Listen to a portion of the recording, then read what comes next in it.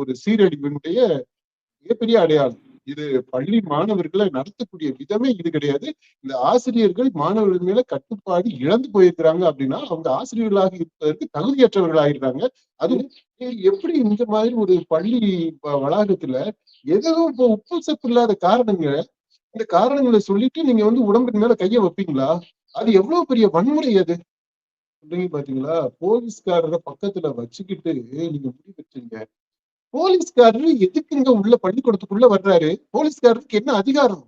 அது என்ன ஒரு இது ஜூனைல் ஹோமா? இது இந்த வாத்தியாருங்க அரசு பள்ளியில வேலை செய்யக்கூடிய ஆசிரியர்களை எடுத்துக்கங்க. எந்த வாத்தியாருடைய வீட்டுக்குள்ள அவன் வேலை பார்க்குற பள்ளிக்கூடத்துல படிக்குதுங்க? தனியார் பள்ளியில போயிட்டு நீங்க அப்படி செஞ்சிட முடியுமா? உதைச்சிருவாங்க, லிட்டரலாவே அடிச்சிருவாங்க. அவன் வீட்டு பிள்ளைய நீங்க அப்படி யூஸ் பண்ண முடியுமா? ரெஸ்பெக்ட் தான் பண்ணுவாங்க. ஆனா இங்க நீ ரெஸ்பெக்ட் தவிர மற்றது எல்லாமே பண்ற, அபியூஸ் பண்றாங்க. இது மூடப்பட வேண்டியது. அதெல்லாம் வேண்டாம்ப்பா. அரசு பள்ளிகள்லாம் வேண்டாம். அங்க இருக்கிறவன் பூரா கிரிமினல்ஸ், சக்ஸ், ரவுடிஸ். அந்த பள்ளிக்கூடத்துல நம்ம பிள்ளைகள்லாம் சேர்க்க வேண்டாம். நம்ம பிள்ளைகள்லாம் இங்க சேர்ப்போம். சிபிஎஸ்இ ஸ்கூல் பாரு, இப்போ இந்த வருஷம் 15, இது வரைக்கும் 10-15 தொடர்ந்து கொடுப்போம். அங்க போய் சேர்த்து விடுங்க அப்படின்ட்டு இது சொல்லாமலே அந்த செய்தியை நான் சொல்றேன். ஒரு தடவை நீங்க அந்த ஒரு பிள்ளையோட வீட்டுக்கு, ஒரு பையனுடைய வீட்டுக்கு நீங்க போய் பேசிட்டீங்கன்னா அவன் மாறிடுவாங்க. அந்த வாத்தியார் சொல்றதை அப்படி 100% கேட்பாங்க. நான் அடிச்சு சொல்றேன், என்னுடைய பர்சனல் அனுபவம். இன்றைக்கு அது உடற்கல்விக்கு எவ்வளவு முக்கியம் கொடுக்குறோமோ அதை விட 2 மடங்கு அதிகமான முக்கியத்துவம் பெற வேண்டியது. அறிவியலுக்கு எவ்வளவு முக்கியத்துவம் கொடுக்குறோமோ அதை விட இந்த உளவியல் ரீதியாக ஆற்றுப்படுத்துவதற்கு முக்கியத்துவம் கொடுக்குறோம். இதை அரசு சீரியஸாக எடுத்து இதை நடைமுறைப்படுத்துறதுக்கான பாசிபிலிட்டிஸ் என்ன அப்படின்றத எக்ஸ்ப்ளோர் பண்ணணும் அப்படின்றது என்னுடைய வேண்டுகோள்.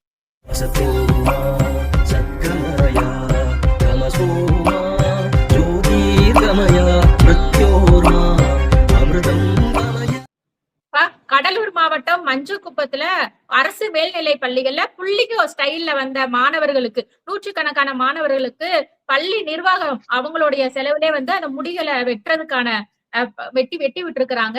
அதாவது தொடர்ந்து அந்த மாணவர்களை முடி வெட்டிட்டு வாங்க அப்படின்னு சொல்லி அறிவுறுத்தி அவர்கள் பள்ளிக்கு வரக்கூடிய அந்த நேர்த்தியான சிகை அலங்காரத்தோட வரல அப்படிங்கிற காரணத்தினால பள்ளி நிர்வாகமே அந்த முயற்சியை எடுத்திருக்குது. இதே போல சம்பவங்கள் தொடர்ந்து நடக்குது அரசு பள்ளிகள்ல. கடந்த மாதம் கூட இதே போல ஒரு பள்ளியிலையும் இந்த சிகை அலங்காரம் செய்யறது, ஆசிரியரே தன் சொந்த செலவுல இந்த சிகை அலங்காரத்தை பண்ணி விட்டுருக்கிறாரு. தொடர்ந்து அரசு பள்ளிகள்ல இந்த மாணவர்களுக்கு பள்ளிகள்ல முடி வெட்டுறது அப்படிங்கிற ஒரு விஷயம் எப்படிப்பா எடுத்துக்கிறது? இது ரொம்ப முக்கியமான ஒரு வயலேஷனா நான் பாக்குறேன்ப்பா. அதாவது அரசு பள்ளியில ஒரு மாணவன் இந்த மாதிரி அந்த கோட் ஆஃப் கான்டக்ட், அந்த ஒழுக்கம் விதிகள்னு ஒண்ணு இருக்குது, நெறிமுறைகள்னு ஒண்ணு இருக்கு. அந்த அந்த விதிமுறைகளை பின்பற்றாம இப்படி ஹேர் ஸ்டைல் வச்சுக்கிட்டு வர்றான் அப்படின்னா அதுல பாருங்க, புள்ளிங்கோன்னு நீங்க சொன்னீங்க. இன்னொரு விமர்சனம் என்னன்னா, இவங்க பூரா அந்த சினிமா நடிகர்கள் மாதிரி ஹேர் ஸ்டைல் வச்சுக்கிட்டு வர்றாங்க அப்படின்றது ஒரு விமர்சனம். எனக்கு என்னன்னா அந்த விமர்சனத்தெல்லாம் பார்க்கும்போது ரொம்ப சிரிப்பு தான் வந்தது. அந்த உள்ள இருக்கிற கோபத்திலையும் அந்த சிரிப்பு மேலோங்கி இருந்துச்சு. ஏன்னா என்னங்களா நீங்க பேசுறீங்க, நடிகர்களுடைய ஆட்சி தான் நடந்துகிட்டு இருக்கு. நடிகர் தான் நாட்டினுடைய முதலமைச்சராகவே இருக்கிறாரு. இதுல நடிகர் மாதிரி ஹேர் ஸ்டைல் வச்சுக்கிட்டு வந்ததுல என்ன தப்ப கண்டுபிடிச்சாங்க அப்படின்னு எனக்கு தெரியல அப்படின்னு நான் மனசுக்குள்ள நினைச்சுக்கிட்டேன். சரி, இப்ப என்ன பாயிண்ட்னா, பள்ளியில இந்த சிறுவர்கள் அந்த பையங்க அவங்களுடைய உடம்பின் மீது கை வைக்கிறதுக்கு எப்படி இவங்களுக்கு அதிகாரம் வந்தது? எனக்கு அதுதான் ரொம்ப முக்கியமான பாயிண்டா தெரியுது. இட் இஸ் ரொம்ப ஆப்வியஸான ஹியூமன் ரைட்ஸ் வயலேஷன், மனித உரிமை மீறல் பாயுது. அந்த சிறுவர்களுக்கு அவங்க உடம்பின் மீது அவங்களுக்கு உரிமை இருக்குது. அந்த உரிமைய நீங்க எப்படி எடுத்துக்கிற முடியும்? நீ ஆசிரியரா இருந்தாலும் எவனா இருந்தான்னா, ஒருத்தருக்கு, ஒரு தனி நபருக்கு அவங்க உடம்பின் மீது இருக்கக்கூடிய அந்த உரிமைய இன்னொரு நபர் எப்படி எடுத்துக்க முடியும்? கணவன் மனைவியிலேயே பிரச்சனை இருக்குங்க. அது கோர்ட் தெளிவாகவே அதை சொல்லுது. நீங்க பெற்றோர்கள் எடுத்துக்கிட்டா பெற்றோர்கள் கூட குழந்தைகள் உடம்பின் மேல கை வைக்க முடியாது சட்ட ரீதியாக. இல்ல அப்படி இருக்கும்போது நீங்க எப்படி இந்த மாதிரி ஒரு பள்ளி வளாகத்துல ஏதோ இப்போ உப்பு சப்பு இல்லாத காரணங்க, இந்த காரணங்களை சொல்லிட்டு நீங்க வந்து உடம்புக்கு மேல கைய வைப்பீங்களா? அது எவ்வளவு பெரிய வன்முறை அது. அடுத்து குழந்தைகளுடைய உரிமைகள். ரெண்டாவது முதல்ல வந்து ஹியூமன் ரைட்ஸ் வயலேஷன். ரெண்டாவது பாத்தீங்கன்னா இது குழந்தைகளுடைய உரிமைகளை பாதிக்கக்கூடியதாக இருக்கு. அவங்கள்ட்ட யாருடைய அனுமதியின் பேர்ல இந்த குழந்தைகள் மேல கை வைக்கிறீங்க நீங்க? அவங்க பெற்றோர்கள் உங்களுக்கு அனுமதி கொடுத்தாங்களா? அவங்களுக்கு அந்த உரிமையை உங்களுக்கு கொடுத்துருக்காங்களா? பெற்றோர்களுக்கே பிள்ளைய மேல கை வைக்கிறதுக்கு உரிமை இல்லைன்னா அவங்க எப்படி உங்களுக்கு வந்து அந்த உரிமையை கொடுத்திருக்க முடியும்? நீங்க எப்படி அவங்க இன்னொருத்த வீட்டு பிள்ளை மேல நீங்க எப்படி கை வைக்க முடியும்ப்பா? இங்க சட்ட ரீதியாகத்தான் அணுகணும். இதுல வந்து இப்ப அரசு பள்ளியில ஒரு குழந்தை இருக்கு அப்படின்னா அந்த குழந்தைய வந்து நீ விருப்பப்படி ஒரு பொருள் மாதிரி நீ வந்து பயன்படுத்துவியா? உன் இஷ்டத்துக்கு நீ வந்து பயன்படுத்துவியா? பந்தாடுவியா? இதை எப்படி ஏத்துக்க முடியும்? இது அப்பட்டமான ஹியூமன் ரைட்ஸ் வயலேஷன். இதுல கண்டிப்பாக இந்த குழந்தைகளுடைய உரிமைகளை காப்பதற்காக இந்த மத்திய அரசுலையும் மாநில அரசுகளிலையும் வந்து அந்த அமைப்புகள் இருக்கு, கமிஷன்ஸ் இருக்கு. அந்த கமிஷன்ஸ் வந்து இதை எடுத்து இதை வந்து ரொம்ப சீரியஸா எடுத்து பண்ணணும். முடி வெட்டல அப்படின்றது வேற இஷ்யூ. அதுக்காக நீங்க வந்து அவங்க எப்படி அந்த உடம்பின் மீது அதிகாரத்தை செலுத்த முடியும்? இது அப்பட்டமான வன்முறை தாக்குதல்ப்பா இது. இது ஏற்றுக்கொள்ளவே முடியாது. இத வந்து நீங்க ஒரு வன்முறை குழந்தைகளுக்கு எதிரான விஷயம் அப்படிங்கிறீங்க. ஆனா போலீஸோட உதவியுடன் தான் இந்த நம்ம குறிப்பிட்ட அந்த பள்ளியில வந்துட்டு அந்த முடி திருத்தம் செய்யற பணி அப்படிங்கிறது நடந்திருக்குது. அத வந்து ரொம்ப பாசிட்டிவான ஒரு பாராட்டு விதத்துலதான் வந்துட்டு அது பார்க்கப்படுது. குழந்தைகளை வந்து நல்வழிப்படுத்துறதுக்காகவும் அதை ஒழுக்கத்தோட கொண்டு போய் சேர்த்துறாங்க. அது 2வது பாயிண்டா வச்சுக்கலாம்ப்பா. முதல்ல வந்துட்டு இந்த காவல்துறை உதவியுடன், அதுவும் பள்ளியில அரசு பள்ளியில காவல்துறை உதவியுடன் செய்யறாங்க அப்படிங்கிறப்போ அது வேற மாதிரியான ஒரு இத கொண்டு போகுதுலப்பா. முடிவெட்டுறதுக்கு காவல்துறை வரணுமா அப்படிங்கிறப்போ அது பிரச்சனை நோக்கத்தோட தானே பார்க்கப்படுது. இது முதல்ல சொன்னது ஹியூமன் ரைட்ஸ் வயலேஷன். என்ன உடம்பின் மீது தொடுக்கப்படுகின்ற ஒரு வன்முறைன்னு சொன்னோம். 2வது இப்ப நீங்க சொல்றீங்க பாத்தீங்களா, போலீஸ்காரரை பக்கத்துல வச்சுக்கிட்டு நீங்க முடிவெற்றீங்க. போலீஸ்காரரு எதுக்குங்க உள்ள பள்ளிக்கூடத்துக்குள்ள வர்றாரு? போலீஸ்காரருக்கு என்ன அதிகாரம்? அது என்ன ஒரு இது ஜூனைல் ஹோமா இது? அதாவது சீர்திருத்த பள்ளியா அது? அரசு பள்ளிகள் எல்லாம் அப்ப சீர்திருத்த பள்ளிகள். குற்றவாளிகளை நீங்க வச்சிருக்கீங்களா? என்ன அர்த்தங்க? எப்படி போலீஸ்காரர் உள்ள வர முடியும்? சரி, போலீஸ்காரர் எப்படி உள்ள வர முடியும்? முதல்ல உள்ள வந்ததே தப்புங்க. பள்ளிக்குள்ள இவர் வந்தாரா? அது அந்த இது இந்த கடலூர் பள்ளியில அந்த எஸ்எஸ்ஐ சொல்றாரு, இது மாதிரி பிரேயர்ல வந்து நான் சொன்னேன், இந்த ஒழுக்கத்தை பற்றி சொன்னேன், அவங்க வந்து திரும்ப திரும்ப அப்படி வந்தாங்க, நான் 2-3 தடவை சொன்னேன் அப்படின்றாரு. 2-3 தடவை திரும்ப நீங்க எதுக்குங்க உள்ள போனீங்க? உங்களை யார் அனுமதிச்சது? எப்படி அந்த தலைமை ஆசிரியர் அனுமதிச்சிருக்க முடியும்? அடுத்து தலைமை ஆசிரியர் இல்ல ஒரு நிகழ்ச்சின்னு ஒரு தடவை ஒரு ஃபங்க்ஷன் சொல்லல, அவர் பிரேயர் அசம்பிளி, டெய்லி அசம்பிளி இருக்கும்லப்பா, அந்த அசம்பிளில போயிட்டு இவர் வந்து அட்ரஸ் பண்ணிருக்கிறார் ஸ்டூடெண்ட்ஸ, ரிப்பீட்டடா சொல்லி இருக்கிறாரு. அது கேட்கலாம். அப்புறம் திரும்ப இவரே ஒரு 4-5 அந்த முடி திருத்தக்கூடிய அந்த பாபுஸ் அவங்களை கூட்டிட்டு வந்து இவர் வகுப்பறைக்குள்ள புகுந்து முடி வெட்டுறாரு, சூப்பர்வைஸ் பண்றாரு. இந்த போலீஸ் முதல்ல உள்ள கல்வி வளாகத்துக்குள்ள யாருடைய அனுமதி கொடுத்து உள்ள வந்தாரு? இதை வந்து முதலமைச்சர் ரொம்ப சீரியஸா எடுத்துக்கணும்.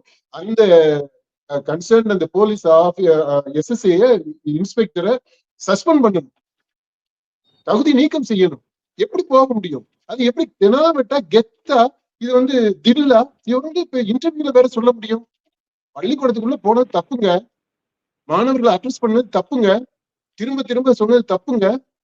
அல்லது ஒரு தடவை இப்போ வந்து ஒரு சட்டம் ஒழுங்கு இதை பற்றி ஒரு அவேர்னஸுக்காக ஒரு நிகழ்ச்சியாக அந்த பள்ளி நடத்துது அப்படின்னா அந்த நிகழ்ச்சி ஸ்பெஷல் ஈவெண்ட், ஒரு அவேர்னஸுக்காக அப்படிப்பட்ட ஒரு நிகழ்ச்சியில அவர் வரலாம், நீங்க யார் வேணாலும் இன்வைட் பண்ணலாம். ஆனா அப்படி இல்லை, இது வந்து ரெகுலராக அந்த பள்ளியில் நடக்கக்கூடிய அசம்பிளி, அதுல வந்து அட்ரஸ் பண்ணியிருக்கிறாரு.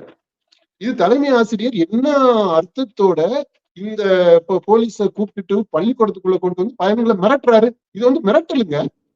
மாணவர்களை யூனிஃபார்ம் போட்ட போலீஸை உள்ள கொண்டு வந்து மிரட்டுறாரு அந்த தலைமை ஆசிரியர். அந்த தலைமை ஆசிரியர் மேல ஆக்ஷன் எடுக்கணும், கண்டிப்பா ஆக்ஷன் எடுக்கணும். எப்படி போலீஸை உள்ள கொண்டு வந்து வச்சுக்கிட்டு பயணங்களை மிரட்ட முடியும்? அடுத்து இந்த போலீஸை வச்சுக்கிட்டு நீங்க வந்து முடிய வெட்டுறீங்க அப்படின்னா அந்த பையன்களை வந்து என்ன அர்த்தம், எப்படி நீங்க இன்டிமிடேட் பண்றீங்க?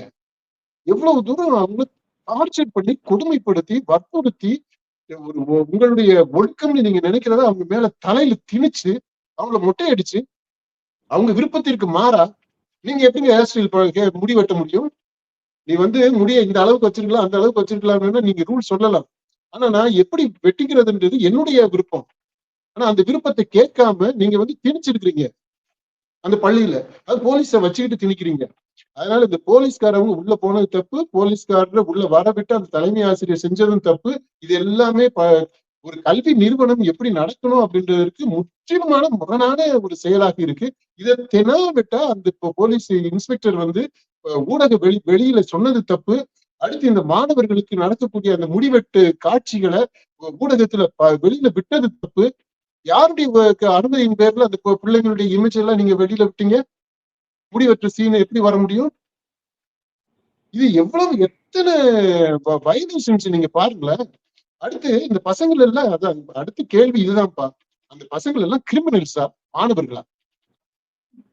நீங்க பள்ளிக்கூடத்துல மாணவர்களை வச்சிருக்கீங்களா, கிரிமினல் குற்றவாளிகளை வச்சிருக்கீங்களா? போலீஸ் எதுக்கு வர்றாங்க?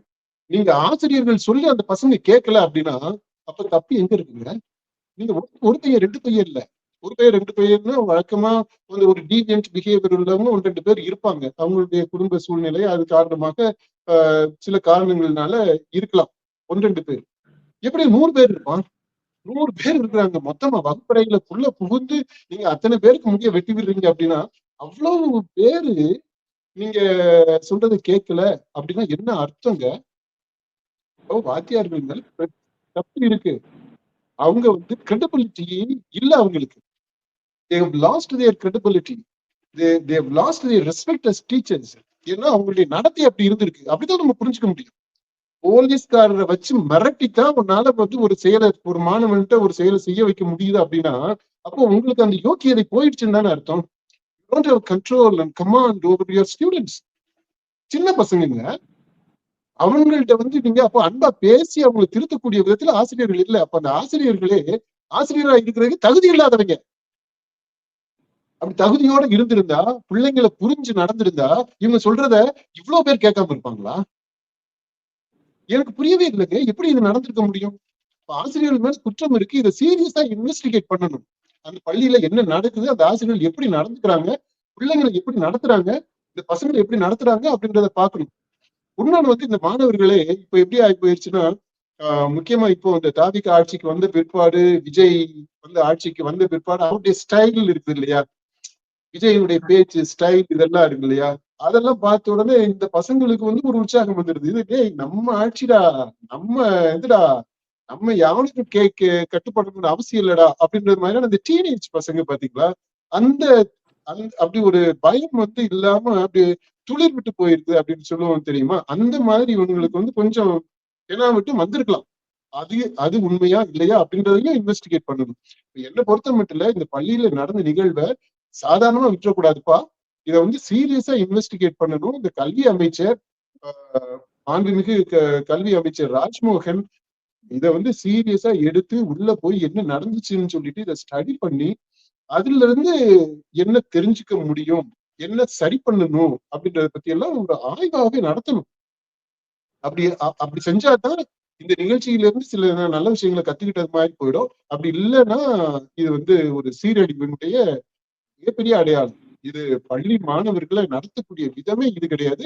இந்த ஆசிரியர்கள் மாணவர்கள் மேல கட்டுப்பாடு இழந்து போயிருக்கிறாங்க அப்படின்னா அவங்க ஆசிரியர்களாக இருப்பதற்கு தகுதியற்றவர்களாகிறாங்க.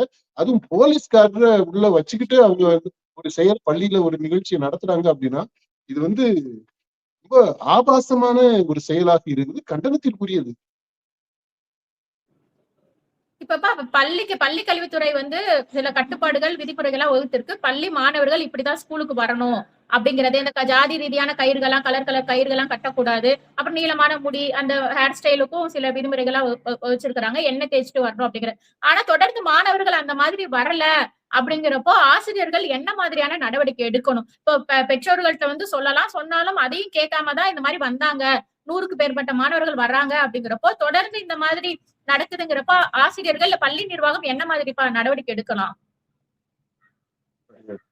இப்ப என்னன்னா நிறைய முரண்பாடுகள் இருக்குப்பா. நீங்க இந்த கையில கயிறு கட்டுறதை பத்தி சொன்னீங்க. இன்னைக்கு கையில கயிறு கட்டாத அமைச்சர்கள் எத்தனை பேர் இருக்காங்க? அவங்க எல்லாமே நம்முடைய தலைவர்கள். தலைவர்களாக நம்ம போற்றி பார்க்கக்கூடிய அப்படி பிரமிச்சு பார்க்கக்கூடிய ஆட்கள், இந்த அரசியல்வாதிகள் அவ்வளவு பேருமே கையில கலர் கலரா கயிறு கட்டி இருக்கிறாங்க. சில பேர் கால்ல கயிறு கட்டி இருக்கிறாங்க. அப்புறம் என்னென்னமோ கழுத்தை சுத்தி என்னென்னத்தவோ போட்டுக்கிறாங்க. கருங்காலின்றா அந்த இதுன்றா இதுன்றாங்க, என்னென்னதோ போடுறாங்க. ஹேர் ஸ்டைல் விதவிதமா வச்சுக்கிறாங்க, ஸ்டட்டுகளை போட்டுக்கிறாங்க. இது எல்லாமே நம்ம தலைவர்களாக சொல்லக்கூடியவங்க, நமக்கு முன்மாதிரியாக இருக்கக்கூடியவங்கள்ட்ட நம்ம பார்த்துக்கிட்டு இருக்கிறோம். நடிகர்கள் மட்டும் இல்ல, எல்லா துறையிலையுமே அப்படி பாக்குறோம். ஆசிரியர்கள்லயே எத்தனை பேருங்க கயிறு கட்டிக்கிட்டு இருக்கிறாங்க? எத்தனை ஆசிரியர்கள் நீங்க பாருங்க, கையிலையும் காலையும் கயிறு கட்டிக்கிட்டு இருக்கிறாங்க, கலர் கயிறுகளை கட்டி இருக்கிறாங்க.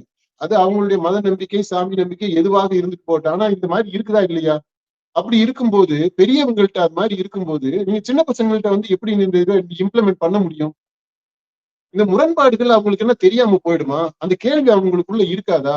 அப்போ நீங்க வந்து வெளியில பெரியவங்க செய்யக்கூடிய ஒரு செயலை இவங்க செய்யக்கூடாது அப்படின்னு நீங்க திணிக்கும் போது அந்த முரண்பாடு அவங்க பாதிக்கும், மன ரீதியாக பாதிக்கும்.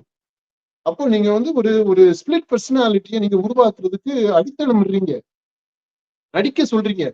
இப்போதைக்கு நீ வந்து இது மாதிரி இரு, பெரிய ஆள் ஆன பிற்பாடு நீ எப்படி வேணாலும் இருந்துக்கலாம் அப்படின்ற செய்தியை தானே நீங்க சொல்றீங்க. சின்ன பிள்ளைங்க மனசுல நஞ்ச தானே விதைக்கிறீங்க, நடிக்கிறதுக்கு தானே நீங்க வந்து அடித்தளம் போட்டுக்கிட்டு இருக்கிறீங்க. இப்ப அது ஒரு அந்த அந்த பாயிண்ட் நம்ம வந்து புரிஞ்சுக்கணும். இப்ப அதனால ஒட்டுமொத்தமா நம்ம வந்து பேசுறோம் அப்படின்னா, இந்த சமூகத்துல எக்ஸாம்பிளரியா ஆட்கள் இருக்கணும். வீட்டுல பெற்றோர்கள் அப்படி இருக்கிறாங்களான்னு பாருங்க. பொதுவா நான் வந்து அரசு பள்ளின்னு இல்லை, நான் இப்ப வந்து பறந்துபட்ட அளவுல சொல்றேன் பொதுவா. இப்ப இந்த மாதிரி நிறைய முரண்பாடுகள் பெரியவர்களுக்கு இருக்கு, பெரியவங்கள்ட்ட இருக்கு.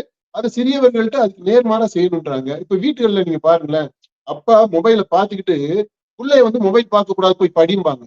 இல்ல டிவியை இவங்க பெரியவங்க ரெண்டு பேரும் கதை சீரியல் பார்த்துக்கிட்டு நீ போய் ஹோம்ஒர்க்க பண்ணு அப்படிப்பாங்க. என்ன எப்படி இது வந்து இப்போ சரியாக இருக்க முடியும்? இல்ல, இந்த மாதிரி வீட்டுக்குள்ள அவ்வளவு முரண்பாடுகள் இருக்குது. பழக்க வழக்கங்கள்ல, மதிப்பீடுகள்ல, வேல்யூஸ்ல, லைஃப் ஸ்டைல்ல, ட்ரெஸ்ஸிங் சென்ஸ்ல, எவ்ரிதிங், சாப்பாடு ப்ரிஃபரன்ஸ், அவ்வளவுலயுமே இந்த முரண்பாடுகள் இருக்கு. இப்படி முரண்பாடுகள் மத்தியில நீங்க வந்து பிள்ளைகிட்ட மேல ஒழுக்கம் ஒண்ணு திணிக்கிறீங்க அப்படின்னா அது வந்து திணிப்பாகத்தான் பார்க்கப்படும். அட் தி ஏர்லியஸ்ட் ஆப்பர்ச்சுனிட்டி அதை ரிசல்ட் பண்ணிட்டு வெளியில வருவாங்க. ஒரு 10 வயசு 12 வயசு வரும்போது ஏத்து கேள்வி கேட்பான்.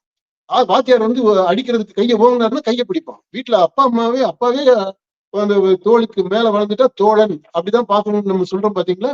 ஏன்னா கையை பிடிச்சிடும். அடிக்கிறதுக்கு ஓங்கினா கையை பிடிச்சிடும். கை பிடிச்சானா அப்புறம் என்ன பண்ணுவீங்க நீங்க? இல்ல அதாங்க, ஏர்லியஸ்டா வந்து இந்த ரியாக்ஷன் வந்துடும். அப்ப அந்த முரண்பாடுகளை குறைக்கணும். அது வந்து சமுதாயத்தின் மீது இருக்கக்கூடிய ஒரு ரெஸ்பான்சிபிலிட்டி. அதனால இப்ப மாணவர்களை மட்டுமே நீங்க குறை சொல்ல முடியாது. மாணவர்கள்ட்ட எப்படி நீங்க வந்து திணிப்பீங்க? திணிக்கிற வேலையில வேலைக்கு ஆகாதுங்க. அது ஒரு குறிப்பிட்ட அளவுக்கு தான் இருக்கும். அதுக்கப்புறம் வந்து வெடிச்சு வெளியில வந்துடும். அதுதான் நான் சொல்றேன். அதனால நீங்க அன்பாகத்தான் பேசணும். அதுக்கு முன்மாதிரியாக நீங்க இருக்கணும். அங்கதான் கேப் இருக்கு, நிறைய இடைவெளி இருக்கு. அந்த இடைவெளிகள் குறையாத பட்சத்துல நீங்க இந்த மாதிரி ஒழுக்கத்தை பத்தி எல்லாம் பேச முடியாது. அப்புறம் இந்த ஒழுக்கம் அப்படிங்கிற விஷயத்தை பத்தி தான் அந்த பள்ளி நிர்வாகம், அந்த போலீஸ் யாரா இருந்தாலும் இந்த மாதிரி அந்த ஹேர் ஸ்டைல், அந்த புல்லிங்கோ, ஸ்பைக்கு, வீக்கெட்டு, வி ஒன் சைடு இந்த மாதிரி ஹேர் ஸ்டைல் வச்சிருக்கிறவங்களுடைய அவங்கள பாக்குற பார்வை அப்படிங்கறதே அவங்களா வந்து ஒழுக்கமற்றவர்கள் அப்படிங்கிற ஒரு பார்வை இருக்குது. அப்படிங்கறனாலதான் இவங்க வந்து இதை சொல்றாங்க. அவர் மாணவர்களுடைய எதிர்காலம் அவர்களை ஒழுக்க நெறியில வந்து நடத்தணும் அப்படிங்கறதுக்காக தான் அந்த முடி திருத்தம் பண்றோம் அப்படிங்கிற ஒரு விஷயத்த சொல்றாங்க. அது எப்படிப்பா ஸ்டைலுக்கும் ஒழுக்கத்தும் கனெக்ட் பண்ணிக்கிற முடியுமா? எங்க இப்ப இத பத்தி சொல்றாங்க இல்லையா, இந்த ஒழுக்கம், இந்த ஹேர் ஸ்டைலோட ஒழுக்கத்தை தொடர்படுத்தி பேசுறாங்க இல்லையா, அவங்க வீடுகள்ல போய் பாருங்க. அவங்க வீட்டுல இருக்கக்கூடிய இந்த டீனேஜ் பசங்க இருந்தாங்கன்னா அவங்களுக்கு எவனாவது ஒருத்தன், அது பொம்பளை பிள்ளை எடுத்துக்கிட்டீங்க அவங்களுமே கூட இந்த இவங்க சொல்ற இந்த ஒழுக்க கட்டுப்பாடுகள் இருக்கு இல்லையா, அந்த ஃப்ரேமுக்குள்ள எவனாவது ஒருத்தன் வரான்னு சொல்லுங்க பாப்போம். மிரட்டி முரட்டி யாராவது 1-2 பேரண்ட்ஸ் அப்படி வச்சிருக்கலாம். அதுவுமே ஃபோர்ஸ் பண்ணி கட்டுப்படுத்தி வச்சிருந்தாதான், மிரட்டி வச்சிருந்தாதான். மற்றபடி கொஞ்சம் ஃப்ரீயாக இருக்கக்கூடிய, அண்டர்ஸ்டாண்டிங்கா இருக்கக்கூடிய குடும்பங்கள் எல்லாத்துலயுமே அவங்க வந்து அவங்க இஷ்டத்துக்கு தான் இருக்கிறாங்க. அதுல இந்த ஒழுக்கத்தையும் ஆசையிலையும் தொடர்படுத்தவே முடியாது. இப்ப நீங்க உங்க பையனே எடுத்துங்க, ஜிவின்னு. எத்தனை வயசு? 3 வயசு. அந்த 3 வயசு பையனுக்கு நீங்க எப்படி ஹேர் ஸ்டைல் பண்ணி வச்சிருந்தீங்க ஸ்கூலுக்கு போறதுக்கு முன்னாடி வரைக்கும்? உங்களுக்கு ஆசை இருக்குது, என்னென்னமோ கட் பண்ணி என்னென்னமோ டிசைனா தலையில போட்டு வச்சிருந்தீங்களேங்க. இப்ப இது மாதிரி எல்லா பேரண்ட்ஸுமே அவங்க அவங்க குழந்தைங்களை அழகு கொஞ்சிறதுக்கு ஒரு இது மாதிரி இதெல்லாம் பண்ணிட்டு தான் இருக்கிறாங்க. ஸ்டைல பாக்குறதுக்கு நல்லா இருக்கு. இதுல ஒழுக்கம் எங்க வருது? 3 வயசு பையனுக்கு ஹேர் ஸ்டைல் அதுதான் பண்ணி நான் விடுறதுல கேள்வி கேட்டேன். ஒழுக்கம் எங்க அப்படி வருது? இருந்தா அவங்க ஒழுக்கம் ம். கற்றவர்கள், அப்படியே டிப்டாப்பா ட்ரெஸ் பண்ணிட்டு இருக்கிறவங்க தான் ஒழுக்கமானவர்கள் அப்படின்னு சொல்லி முத்திரை குத்துறதுங்கிறது சரியா இருக்காதுல்ல அப்படிங்கறத நான் சொல்ல வரேன். ஆமா, கண்டிப்பா அது சரியில்லை. நான் என்ன சொல்றேன்னா, அது இன்னொரு முகத்தை சொல்றேன். இந்த ஒழுக்கத்தை பத்தி பேசக்கூடிய அவங்க குடும்பங்கள்லயே அவங்க பிள்ளைங்களே அப்படித்தான் இருக்கிறாங்க. ஒழுக்கம் கெட்டவர்களாகத்தான் இருக்கிறாங்க. அதை டாலரேட் பண்ணிக்கிட்டு தான் இங்க வெளியில இவங்க பூராமே பெரிய ஊருக்கு உபதேசம் பண்ணிக்கிட்டு இருக்கிறாங்க. ஊரா வீட்டு பிள்ளைய பத்தி பேசுறதை பத்தி முதல்ல உன் பிள்ளைய போய் பாரு. அப்படித்தான் நம்ம சொல்ல வேண்டியது இருக்கு. அடுத்தது இந்த மாதிரி ஒருத்தன் கொஞ்சம் நல்லா இதா ஒரு மாதிரி ஹேர் ஸ்டைல் பண்ணிட்டு கொஞ்சம் எக்ஸென்ட்ரிக்கா இருக்கிறான் அப்படின்றதுனால அவன் கேரக்டர் மோசம் அப்படின்னு சொல்றதுக்கு அது எப்படி காரிலேட் பண்றீங்கன்னு நமக்கு தெரியல. ஏன்னா அந்த வடிவேல் ஜோக் எல்லாம் வரும்ல, அவன் நல்லா செவப்பா இருக்கான், வெள்ளையா இருக்கான், அவன் பொய் சொல்ல மாட்டான், இவன் கருப்பா இருக்கான், பொய் சொல்லிருக்கான், திருட்டு பயலா இருக்கான் அப்படின்ட்டு அந்த நேரத்தை வச்சுட்டு அந்த காமெடி ஒண்ணு வரும் தெரியுமா? அது எவ்வளவு ஆழம் புரிந்த அர்த்தம் உள்ள ஒரு காமெடி. அந்த மாதிரி தான் இது. இவன் இப்படி எந்த வெட்டு வெட்டி இருக்கிறான், அதனால இவன் மோசமான பையனா இருப்பான். இவன் ஒழுங்கா கிராப் வெட்டி இருக்கான், அதனால இவன் யோக்கியமான பையனா இருப்பான் அப்படின்னு எல்லாம் அப்படி ஸ்டீரியோ டைப் எல்லாம் பண்ண முடியாது, பண்ணவும் கூடாது. அது ரொம்ப தப்பான அணுகுமுறை. இது ஒண்ணு. இன்னொரு பக்கம் இந்த மாதிரியான முரண்பாடுகளோட தான் அவங்க குடும்பங்கள்ல இருக்கு. எல்லா குடும்பங்கள்லயும் யாராவது ஒருத்தர் அப்படிதான் இருக்கிறாங்க.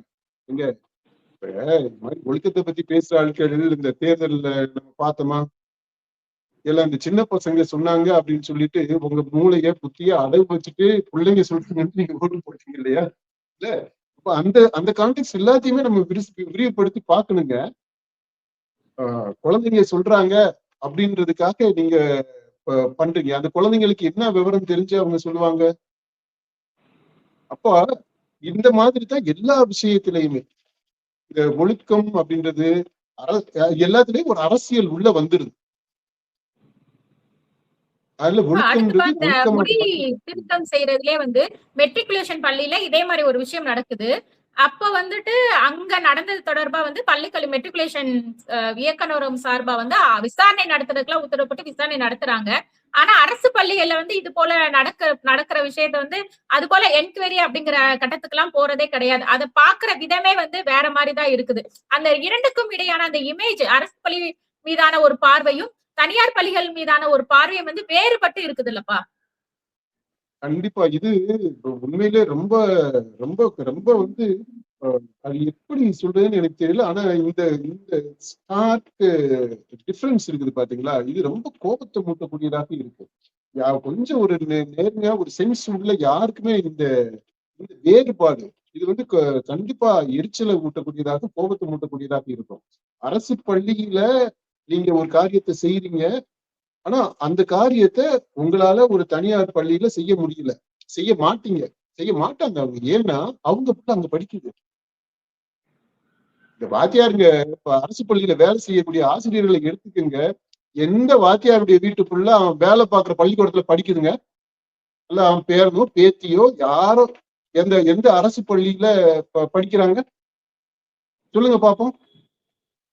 யாருமே கிடையாது. இது அடுத்த வீட்டுக்குள்ள கேட்கறதுக்கு அரசுமே யாரும் ஒரு கிடையாது. முயற்சி எடுக்கலாம்லப்பா. இப்ப அரசு வேலையில வேலை பாக்குறாங்க, அரசோட வருமானத்தை வாங்கிக்கிறாங்க. ஆனா அவங்க பிள்ளைகளை கொண்டு போயிட்டு தனியார் பள்ளியில உயர்தரமான பள்ளிகள்ல சேர்த்து விடுறாங்க. அரசு அது ஒரு உத்தரவாவே போடலாம்ல, அரசு வேலை பாக்குறீங்க, அரசு பள்ளிகளை சேருங்க அப்படிங்கிறப்ப அந்த பள்ளிகளுடைய தரமும் அரசு பள்ளிகளே நம்ம பார்க்கக்கூடிய பார்வையும் மாறும்ல. ஆமாங்க, அரசெல்லாம் அப்படி கவர்மெண்ட் ரூல் எல்லாம் போட முடியாது. ரூல் போட்டாலே இவங்க கோர்ட்டுக்கு போவாங்க. இது எங்களுடைய ஃபண்டமெண்டல் ரைட்ஸ்ல தலையிடுறதா இருக்கு, நாங்க எங்க பிள்ளைங்களை எந்த எந்த இடத்துல வேணாலும் நாங்க படிக்க வைப்போம், அந்த உரிமை எங்களுக்கு இருக்கணும் அப்படின்னு சொல்லிட்டு கேஸ் கோர்ட்டுன்னு போவாங்க. ஆனா என்ன, நம்ம இந்த கார்பரேட் உலகத்துல பாக்குறோம், அங்க எல்லாமே ஒரு ப்ராடக்ட் மேனுஃபேக்சர் பண்றாங்க அப்படின்னா ஒரு கம்பெனி, அந்த கம்பெனி எம்ப்ளாயிஸ் எல்லாமே தார்மீக அடிப்படையில அந்த கம்பெனி ப்ராடக்ட்ஸ் தான் யூஸ் பண்றாங்க. அது நேரடியாக மறைமுகமாக சொல்லி அந்த ப்ராடக்ட் தான் அவங்க யூஸ் பண்ணுவாங்க. அட்லீஸ்ட் அந்த நிறுவனத்துல இருக்கிறது வரைக்கும் அந்த ப்ராடக்டை பயன்படுத்துறாங்க. அந்த மாதிரியான ஒரு தார்மீக அடிப்படையிலாவது இந்த ஆசிரியர்கள் முன் வரணும். அரசு அல்லது என்ன பண்ணலாம் அப்படின்னா, நான் நினைக்கிறேன் அது சட்ட இது ஸ்டடி பண்ணி பார்க்கணும். இப்ப இந்த எம்ப்ளாய்மெண்ட் கொடுக்குறோம் இல்லையா, அப்பாயின்மெண்ட் ஆர்டர் கொடுக்கும் போதே இந்த ஆசிரியர்களை நியமிக்கிறோம்ல, அந்த நியமன ஆர்டர்லயே இந்த மாதிரி உங்களுடைய பிள்ளைகளவோ உங்களுடைய இதுவோ உங்க குடும்பத்தில் இருந்தா உங்களுடைய பிள்ளைகள் அப்படியே வச்சுக்கலாம். உங்களுடைய பிள்ளைகளை நீங்க வேலை பார்க்கக்கூடிய பள்ளியில் படிக்க வைக்கணும் அப்படின்னு நீங்க ஒத்துக்கிட்டீங்கன்னா உங்களுக்கு வேலை. அப்படி செய்ய முடியுமா அப்படின்றது தெரியல. ஏன்னா நம்ம நிறைய அப்பாயின்மெண்ட் ஆர்டர் கொடுக்கும்போது கண்டிஷன்ஸ் எல்லாம் போட்டுதான் வேலைக்கு எடுக்கிறாங்க. டேர்ம்ஸ் அண்ட் கண்டிஷன்ஸ் இருக்கு. அந்த மாதிரி டேர்ம்ஸ் அண்ட் கண்டிஷன்ஸ்ல இதை இன்க்ளூட் பண்ண முடியுமா சட்டப்படியே அப்படின்னு சொல்லிட்டு எக்ஸ்ப்ளோர் பண்ணி பார்க்கலாம். ஆனா தார்மீக அடிப்படையில இவங்க அந்த ஆசிரியர்கள் அவங்க வேலை பார்க்கக்கூடிய பள்ளியில அவங்க பிள்ளைகளை அவங்க குடும்பத்துல இருக்கிற பிள்ளைங்களை சேர்க்கிறது தான் சரியான செயலாக இருக்கும். அதுதான் இவங்க ஆசிரியராக இவங்களை மதிக்கிறாங்கன்னு அர்த்தம். ஆசிரியரா இருக்கிறதுக்கு இவங்களுக்கு தகுதி இருக்குது அப்படின்னு இவங்க வெளிப்படுத்துறாங்கன்னு அர்த்தம். ஆசிரியராக இருக்கிறதுக்கு இவங்களுக்கு திறமை இருக்குது அப்படின்னு அர்த்தம். நல்லா சொல்லித்தரக்கூடிய வாத்தியாரா இவங்க இருக்கிறாங்க அப்படின்ட்டு இவங்க நம்புனாங்கன்னா இவங்க வீட்டு பிள்ளைய எப்படிங்க இங்க வந்து சேர்க்காம இருப்பான்? இன்னொரு பள்ளிக்கூடத்துல போய் சேர்த்து விடுறாங்க அப்படின்னா உனக்கு சொல்லித்தர தெரியலன்னு அர்த்தம். வேலைக்கு வர்றவங்க இப்ப இது வரைக்கும் வந்த ஆசிரியர்கள் எல்லாமே எப்படி வந்தாங்க? அவங்களுடைய திறமை தகுதி அந்த அடிப்படையில மட்டும்தான் வந்தாங்களாமா? லஞ்சம் கொடுக்காம எத்தனை பேர் வந்தாங்க? இதெல்லாம் தாவிக்க அரசு இப்ப வந்திருக்கு, லஞ்ச ஊழல் எல்லாம் ஒழிப்போம் அப்படின்னு சொல்லியிருக்கிறாங்க. பார்ப்போம். இது எல்லாத்தையும் கணக்குல எடுத்துக்கிட்டு உண்மையிலேயே தகுதியும் திறமையும் அன்பும் பண்பும் நிறைந்த ஆசிரியர்களை அரசு பள்ளிக்கு வேலைக்கு எடுக்கணும். அப்படி எடுத்தா நிலைமை மாறுறதுக்கான வாய்ப்புகள் இருக்கு. இப்ப இது இந்த ஆசிரியர் பத்தி சொல்றப்பப்பா தனியார் பள்ளியில வேற இருக்கக்கூடிய ஆசிரியர்கள் வந்து மாணவர்கள்ட்ட பழகக்கூடிய விதமும் அவர்களுடைய பெற்றோர்கள்ட்டையும் பழகக்கூடிய பேசக்கூடிய விதமும் வந்துட்டு ஒரு மாதிரி இருக்கு. ஆனா ஆசிரியர்கள் தனியார் பள்ளி ஆசிரியர்கள் வந்து அந்த மாணவர்களை ட்ரீட் பண்ற விதமும் அவர்களுடைய பெற்றோர்களை மதிக்கக்கூடிய விதமும் வந்துட்டு அது ஒரு மாதிரி தானப்பா இருக்கும். அந்த மரியாதை மாணவர்களையும் சரி பெற்றோர்களையும் சரி. ஆமாங்க. இங்க வந்து ஏழை எளிய வீட்டு பசங்க, அப்பா அம்மா கூலி வேலை செய்யறவங்க, படிக்காதவங்க, தற்கூரிங்க, அதனால இவங்களை எப்படி வேணாலும் நீங்க ட்ரீட் பண்ணிக்கலாம். அவங்க பிள்ளைங்களை நீங்க எடுபடி வேலை செய்யறதுக்கு பெரும்பாலான ஸ்கூல்ஸ்ல இன்னைக்கு வரைக்குமே அப்படித்தானே நடந்துட்டு இருக்குதுங்க.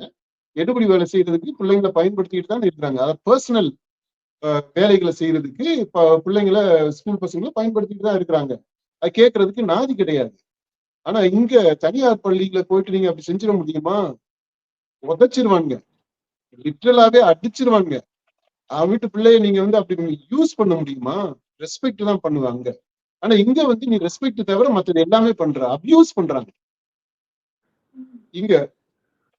ஏன்னா அடுத்து என்னன்னா அங்க தனியார் பள்ளியில சம்பளம் எப்படி கொடுக்குறாங்க அப்படின்னா மாணவர்கள்ட்ட இருந்து கலெக்ட் பண்ணி அவங்கள்ட்ட இருந்து புடுங்கி பறிச்சு அப்ப அந்த மாணவர்களை ஸ்குவீஸ் பண்ணி சக்கையா புழிஞ்சு பணத்தை எடுத்து அதுல இருந்து ஆசிரியர்களுக்கு சம்பளம் கொடுக்குறாங்க. அப்போ அந்த பசங்களை வந்து நீங்க மரியாதையா நடத்தல அப்படின்னு சொன்னா முடிஞ்சுக்கு அதை மேனேஜ்மெண்ட்டே உங்களை வந்து இது பண்ணிடுவாங்க. மரியாதையா நடத்தணும்பாங்க. ஏன்னா அவனுக்கு ஒரு ஸ்டூடெண்ட் போயிட்டா 1 லட்சம் போச்சு, ஒரு டேர்முக்கு 1 லட்சம் போச்சு, இல்ல ஒரு வருஷத்துக்கு 1 லட்சம் போயிடுச்சு, வருமானம் இழப்பாகி போயிடும். அதுக்கெல்லாம் ஒத்துக்க மாட்டாங்க மேனேஜ்மெண்ட். ஆனா இங்க அரசு பள்ளியில கேட்கறதுக்கு நாயே கிடையாது. பெற்றவங்க கேட்க மாட்டாங்க, கேட்க விட மாட்டீங்க. இன்னொரு பக்கம் பாத்தீங்கன்னா அரசு அதிகாரத்துல இருக்கிறவங்க கேட்க மாட்டாங்க, கேட்கறதுக்கு ஆள் கிடையாது. அதனால உங்க இஷ்டத்துக்கு நீங்க எது வேணாலும் செஞ்சுக்கலாம். அப்புறம் அரசு சம்பளம்ன்றது வந்து இந்த மாணவர்கள் அவங்க கொடுக்கல, நேரடியா கொடுக்கல, அரசு கொடுக்குது. நேரடியா உங்க அக்கௌண்ட்டுக்கு பணம் வந்துடுது. பென்ஷன் ஸ்கீம் வரைக்குமே உங்களுக்கு இருக்கு. அதனால சம்பளம் அரசு கொடுக்குது. யாரும் கொடுக்குறாங்க. இவங்களுக்கு எதுக்கு வேலை செய்யணும்? வேலை செய்யணும்ன்ற அவசியமே கிடையாது. ஆக்சுவலா நீங்க இந்த அரசு பணிகள்ல அந்த அந்த ஒரு டென்டேட்டிவா ஒரு அந்த டெஸ்டிங் பீரியட் ஒன்று இருக்கும், ப்ரொபேஷன் இருக்கும், 1 வருஷம் 2 வருஷம் அப்படி இருக்கும்னு நினைக்கிறேன். டெம்பரரியா வச்சிருப்பாங்க, அப்புறம் பெர்மனன்ட் பண்ணிடுவாங்க. இந்த பெர்மனன்ட் பண்ண பிற்பாடு நீங்க எந்த அரசு துறையை எடுத்துக்கிட்டாலும் வேலை செய்யணும்ன்ற அவசியமே கிடையாது. சம்பளம் ஆட்டோமேட்டிக்கா வந்துகிட்டே இருக்கும் எல்லா அரசு துறையும். அதே மாதிரி பள்ளிக்கூடத்துல நீங்க வகுப்பு எடுக்கணும்னு அவசியமே கிடையாது, கேட்க முடியாது. ஹெட்மாஸ்டர் கேட்டாரு அப்படின்னா உன் வேலையை போய் பாரு அப்படின்ட்டுருவான். நீங்க மீறி என்ன ஆக்ஷன் எடுப்பீங்க? ஒன்னும் ஆக்ஷன் எடுக்க முடியாது. அசோசியேஷன் இருக்கு, சங்கம் இருக்கு, உடனே ஸ்ட்ரைக் பண்ணுவாங்க, சாதி மறியல் பண்ணுவாங்க, இதை பண்ணுவாங்க, அதை பண்ணுவாங்க. இதெல்லாம் நடந்துகிட்டு தான் இருக்கு. ஆசிரியர்கள் சங்கங்கள் ஸ்ட்ரைக் பண்றது எல்லாமே நேர்மையான காரணங்களுக்காக மட்டும் கிடையாது, த மோஸ்ட் டிசர்விங் அப்படின்றதுக்காக மட்டும் கிடையாது. இந்த மாதிரி தில்லுமுள்ளு வேலைகளுக்காகவுமே கூட ஸ்ட்ரைக் எல்லாம் பண்ணிக்கிட்டு தான் இருக்காங்க.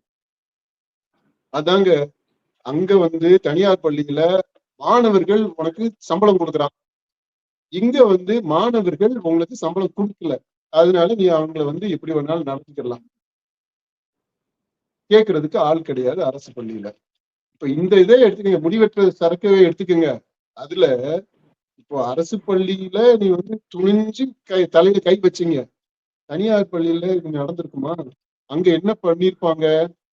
இது மாதிரி தனியார் பள்ளியில ஒரு பையன் வர்றான்ப்பா, சிபிஎஸ்இ ஸ்கூல்ல போனா என்ன பண்ணுவாங்க? ஃபர்ஸ்ட் வார்ன் பண்ணுவாங்க, டே நீ இப்போ அடுத்து நாளைக்கு வரும்போது முடிவெட்டிட்டு வந்துடணும் அப்படின்னு சொல்லுவாங்க.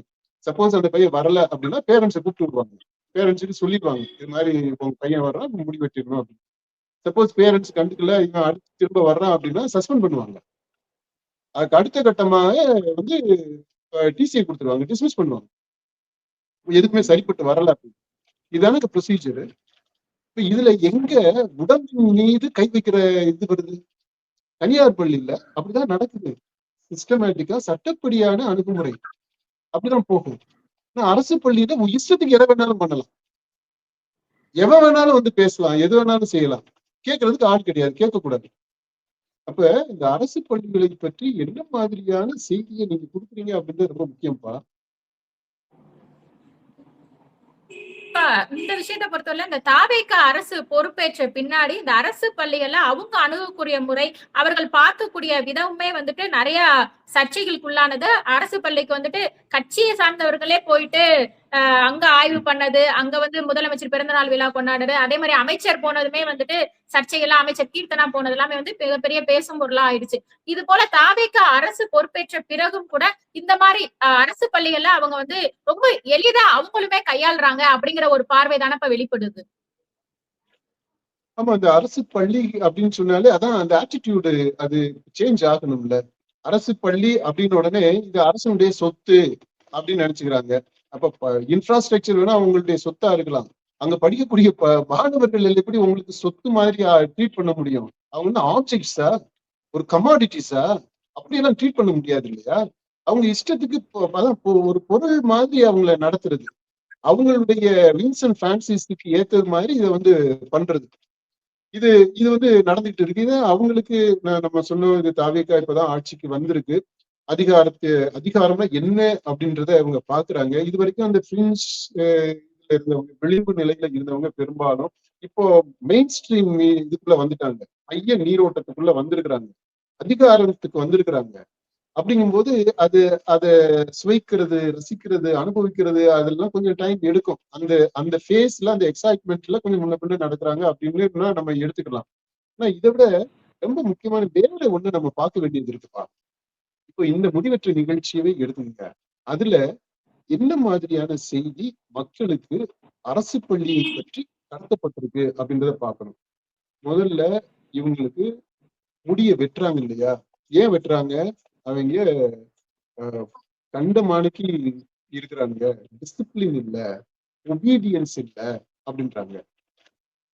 ரெண்டாவது, பெற்றோர்கள்ட்ட சொன்னா அவங்களும் கண்டுக்காம விட்டுட்டாங்கன்றாங்க. இப்ப பெற்றோர்கள் பிள்ளைங்களை அவங்க பிள்ளைங்களை வளர்க்க தெரியல அப்படின்றாங்க, அல்லது பிள்ளைகள் மேல அக்கறை இல்லாதவங்களா இருக்கிறாங்க. அரசு பள்ளியில படிக்கக்கூடிய அந்த பிள்ளைங்களுடைய பெற்றோர்கள் அவங்க இதை பத்தி கண்டுக்காம விட்டுறாங்க, அவங்களுக்கு பிள்ளைகளை வளர்க்க தெரியல, கண்ட்ரோல் இல்ல, அல்லது பெற்றவங்க சொல்றதை இந்த பசங்க கேட்க மாட்டேன்றாங்க அப்படின்ற அந்த செய்தியை சொல்றாங்க பெற்றவங்களை பத்தி.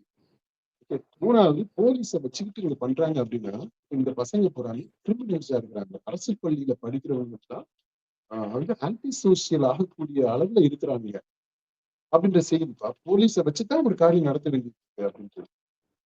அப்போ வெளியில இருக்கிறவங்களுக்கு என்ன அரசு பள்ளியை பத்தி என்ன இமேஜ் வரும்? ஒரு சிலம் பசங்க தலித் பசங்க இந்த மாதிரி நம்ம சொல்றதுக்கெல்லாம் மன்னிச்சுக்கங்க. ஆனா இந்த மாதிரி தான் இம்ப்ரெஷன்ஸ் இந்த சமூகத்துல இருக்கு. எல்லாமே விளிம்பு நிலையில இருக்கக்கூடியவங்க, பட்டியல் இனத்தை சேர்ந்தவங்க, கூலி கூலி வேலை செய்யக்கூடியவங்க, அடிமட்டத்துல இருக்கக்கூடியவங்க, அந்த சபால்டன்ஸ்ல இருக்கக்கூடியவங்க. இந்த பசங்க, இவங்க குடும்பம், அவங்களுக்கு ஒழுக்கம் கிடையாது, ஒண்ணும் கிடையாது. தற்குறிகள், பெற்றோர்கள் வந்து படிக்காதவங்க. இந்த பசங்க தான் இங்க பள்ளிக்கூடத்துக்கு, அரசு பள்ளிக்கு வர்றாங்க. இந்த பசங்களை வந்து மேய்க்கிறது ரொம்ப சிரமம். போலீஸை வச்சுதான் இவங்களை வந்து டீல் பண்ணவே வேண்டி இருக்கு. ஏன்னா இவங்களால ஆசிரியர்களுக்குமே ஆபத்து இருக்கு.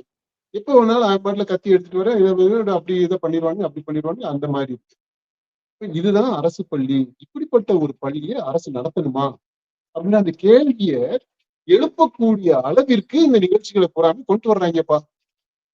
வேற எப்படி நீங்க பாக்குறவங்க பாருங்களேன், இப்ப நடந்த விஷயங்களை நீங்க எடுத்துக்கோங்க. அரசு பள்ளியில நடந்த விஷயங்களை பூராமே எடுத்துக்கோங்க.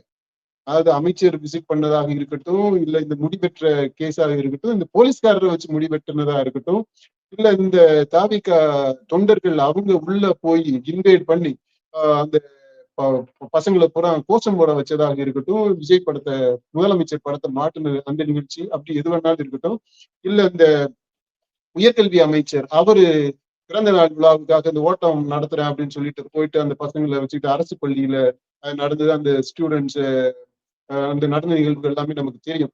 ஸோ இந்த மாதிரி இது எல்லாத்தையுமே நீங்க சேர்த்து பாருங்க, என்ன மாதிரி அரசு பள்ளியை பற்றிய ஒரு செய்தி, ஒரு இமேஜ், ஒரு சித்திரம் மக்களுக்கு, பொதுமக்களுக்கு நீங்க கொடுக்குறீங்க. அப்போ இந்த அரசு பள்ளிகளை எதுக்கு நடத்தணும்? தண்ட செலவு, அதனால பள்ளிகளை மூடிடுவோம், குறைச்சிக்கிட்டே வந்துடுவோம் அப்படின்னு அந்த மாதிரி அதை வந்து மக்கள் ஏற்றுக்கொள்ளக்கூடிய விதத்துல அரசு பள்ளிகளை அரசு குறைத்து கொண்டே வருது அப்படின்னா அதை வந்து சாதாரண ஒரு விஷயமா, நல்ல விஷயமா மக்கள் ஏத்துக்கிறது மாதிரி இப்ப பக்குவப்படுத்திக்கிறாங்க மக்களை. இது ஒரு பக்கம் நடக்குது.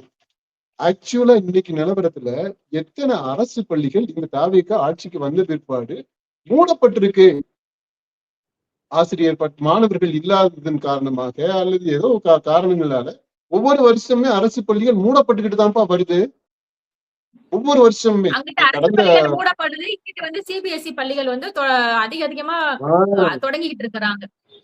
கரெக்ட், அதான் பாயிண்ட். நல்ல கரெக்டான பாயிண்ட் நீங்க பிடிக்கிறீங்க. இந்த பக்கம் ஒவ்வொரு வருஷமே அரசு பள்ளிகள் மூடப்படுது. தாவேக ஆட்சிக்கு வந்த பிற்பாடு அரசு பள்ளிகள் கண்டிப்பாக மூடப்பட்டிருக்கு. எத்தனை பள்ளி அப்படின்றத நமக்கு புள்ளி விவரம் இதுக்கு இன்னும் கிடைக்கல. அதுக்கு கோவை மாவட்டம், இந்த நீலகிரி அங்க எல்லாமே வந்து அரசு பள்ளிகள் மூடப்பட்டிருக்குது. 2 நாளுக்கு முன்னாடி 15 சிபிஎஸ்இ பள்ளிகளுக்கு வந்து அரசு அனுமதி கொடுத்திருக்கு. முதலமைச்சரை சந்திச்சு வாழ்த்தெல்லாம் தெரிவிக்கிறாங்க, நன்றி தெரிவிக்கிறாங்க. இது புதிதாக சிபிஎஸ்இ பள்ளி திறக்கிறதுக்கு, அது ஏற்கனவே இருக்கிற ஒரு 1000 பள்ளிகளுக்கு, சிபிஎஸ்இ பள்ளிகளுக்கு அந்த லைசன்ஸ் ரெனியூ பண்ணி இருக்கிறாங்க. இப்போ இது மாதிரி ஒரு பக்கம் அரசு பள்ளி மூடப்படுது, அதை பற்றிய விவரம் கமுக்கமாக வைக்கப்படுது. இன்னொரு பக்கம் இந்த சிபிஎஸ்இ பள்ளிகள் திறக்கப்படுது, அதை பற்றிய செய்தி வந்து பிரபலமா சொல்லப்படுது. சிபிஎஸ்இ பள்ளி திறக்கிறாங்க, தனியார் பள்ளிகள் திறக்கப்படுறது வெளியே அவ்வளவு பப்ளிசிட்டியா கொடுத்து சொல்றாங்க. அது ஒரு பெரிய செய்தியாகுது. ஏன் அப்படி நடக்குது? ஏன் இது வரைக்கும் மூடப்பட்ட அரசு பள்ளிகளை பற்றிய செய்தி வரல? ஆனா இந்த செய்தி ஏன் வருது? அப்ப என்ன சொல்ல வர்றாங்க? இது மூடப்பட வேண்டியது, அதெல்லாம் வேண்டாம்ப்பா, அரசு பள்ளிகள்லாம் வேண்டாம், அங்க இருக்கிறவங்க பூராமே கிரிமினல்ஸ், சக்ஸ், ரவுடிஸ், அந்த பள்ளிக்கூடத்துல நம்ம பிள்ளைகள்லாம் சேர்க்க வேண்டாம். நம்ம பிள்ளைகள்லாம் இங்க சேர்ப்போம். சிபிஎஸ்இ ஸ்கூல் பாரு, இப்போ இந்த வருஷம் 15, இது வரைக்கும் 10-15 தொடர்ந்து கொடுப்போம், அங்க போய் சேர்த்து விடுங்க அப்படின்ட்டு இது வந்து சொல்லாமலே அந்த செய்தியை சொல்றது. இப்ப இதனுடைய அரசியல் விளைவுகள் என்ன அப்படின்றதையும் நம்ம பார்க்கணும். இந்த கவர்மெண்ட் இந்த அரசு பள்ளிகள், கவர்மெண்ட் ஸ்கூல்ஸ் வச்சுட்டு இருக்கிறது எதுக்கு அப்படின்னா அரசியல் பண்ணிக்கிறதுக்கு தான். மத்திய அரசை எதிர்த்து, இல்ல மாநில அரசுக்குள்ள, மக்களுக்குள்ள அப்படி நம்ம இதை செய்யறோம், அதை செய்யறோம் அப்படின்னு சொல்லிக்கிற இந்த இருமொழி கொள்கை, மும்மொழி கொள்கை அப்படி எல்லாம் பீலா விட்டுக்கிட்டு திரிறாங்க பாத்தீங்களா? இது எல்லாமே இதை வச்சுக்கிட்டு தான் நாங்க சத்துணவு கொடுக்குறோம், மதிய உணவு சோறு போடுறோம், காலையில சோறை போடுறோம். இது என்னங்களா பண்றீங்க? எத்தனை பிரைவேட் ஸ்கூல்ஸ்ல காலை உணவும் மதிய உணவும் போட்டுக்கிட்டு இருக்கிறாங்க? எத்தனை ஸ்கூல்ஸ் ரெசிடென்சியல் ஸ்கூல்ஸ் வச்சு நடத்திக்கிட்டு இருக்கிறாங்க? அதெல்லாம் தெரியாதா நமக்கு? அங்க சோறு போடாம அப்படி என்னத்தை போட்டுக்கிட்டு இருக்கிறாங்க? பெரிய பெரிய ரெசிடென்சியல் ஸ்கூல்ஸ்ல லட்சக்கணக்கில் ஃபீஸ் வாங்குறவன் அவனுமே இங்க சோறை போட்டுட்டு தான்ப்பா இருக்கிறான் பிள்ளைங்களுக்கு. ஏதோ இங்க கவர்மெண்ட் ஸ்கூல்ல சோறு போட்டவங்க இது ஒரு பெரிய விஷயமா பேசிக்கிறது, இதுக்காக எனக்கு 4 பேர் ஓட்ட போடுன்றது என்னங்க? இது எல்லாமே இது அரசியல் பண்றதுக்கு இந்த கவர்மெண்ட் ஸ்கூல்ல வச்சுக்கிறாங்க. இந்த பக்கம் வருமானத்துக்கு, அப்புறம் அவங்களுடைய பெருமைக்கு இந்த தனியார் பள்ளிகளை வச்சுக்கிறாங்க. இவ்வளவு பெரிய முரண்பாடுகள் நடந்துட்டு இருக்கு இந்த சமூகம். தமிழ்நாடை பொறுத்த மட்டும், கல்வியை பொறுத்த மட்டும் அப்படியே 2 வேறு உலகங்களா இருக்குதுப்பா. ஒண்ணு வந்து இந்த அரசு பள்ளியில் படிக்கக்கூடிய நம்மள மாதிரி ஏழை எளிய மக்களுடைய உலகம்.